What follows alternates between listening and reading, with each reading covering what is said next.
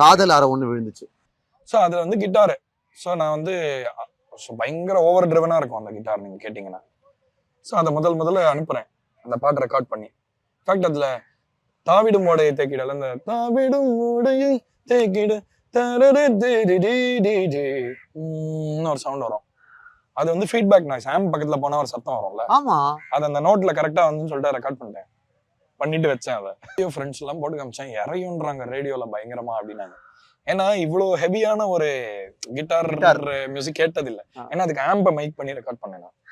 ஒரு ஆம்பை வச்சு அதை மைக் போட்டு நல்லா ஃபுல்லா டிரைவ் பண்ணி ரெக்கார்ட் பண்ணோம். அப்பதான் அந்த எனர்ஜி கிடைச்சது. அதே மாதிரி அதுதான் நம்ம ஊர்ல மியூசிக்னா ஆஹா மென்மையான விஷயம் அப்படின்ற ஒரு ஃபீல் இருக்குல்ல.